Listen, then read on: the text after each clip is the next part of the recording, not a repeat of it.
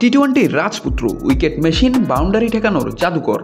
বলছি রশিদ খানের কথা, যাকে সাম্প্রতিক সময়ে টি-টোয়েন্টির বরপুত্র বললেও বোধহয় ভুল হবে না। কিন্তু 2025 সালের আইপিএলে যেন নিজেকেই হারিয়ে খুঁজছেন সেই রশিদ খান। টি-টোয়েন্টিতে রশিদের ভূমিকা খুবই পরিষ্কার, গুগলি দিয়ে উইকেট নেওয়া আর রানের চাকা আটকে রাখা। বছরের পর বছর ধরে সেটাই করে এসেছেন আফগানিস্তানের এই লেগ স্পিনার। কিন্তু এবারের আইপিএলে যেন একেবারে ছন্দহীন রশিদ খান। এ মৌসুমে রশিদ 15টি ম্যাচ খেলেছেন, উইকেট মাত্র 9টি। গড়ে 57 রান খরচ করে নিয়েছেন একটি উইকেট। ওভার প্রতি রান দিয়েছেন 9.34। আর সবচেয়ে চমকে দেওয়া তথ্য, এক মৌসুমে সবচেয়ে বেশি 33টি ছক্কা হজম করেছেন রশিদ খান। আইপিএল ইতিহাসে যা আগে ঘটেনি কখনোই। ফলে এক লজ্জার রেকর্ডে নাম উঠল রশিদের।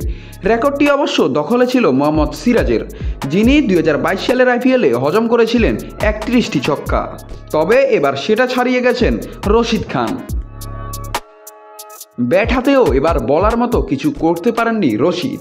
আগের মৌসুমগুলোতে তার ব্যাটে কখনো ম্যাচ জয় ইনিংস বা কখনো ঝড় তোলা শেষ ওভারের ব্যাটিং দেখা গেলেও এবার তিনি ছিলেন একেবারে নিস্তব্ধ। এই মৌসুমে তিনি ব্যাট হাতে 8 ইনিংসে করেছেন মাত্র 40 রান। আইপিএল 2025 রশিদ খানের জন্য শুধুই পরিসংখ্যানের দুঃস্বপ্ন নয়, বরং আত্মবিশ্লেষণের উপলক্ষ। সবার মনে এখন একটাই প্রশ্ন, এই ব্যর্থ রশিদ কি সাময়িক, নাকি সেরা সময় পেরিয়ে এসেছেন তিনি? আবার কবে ছন্দে ফিরবেন টি-টোয়েন্টির এই জাদুকর, সেটাই এখন দেখার বিষয়। নাত রাহুল, নিউজ না স্পোর্টস।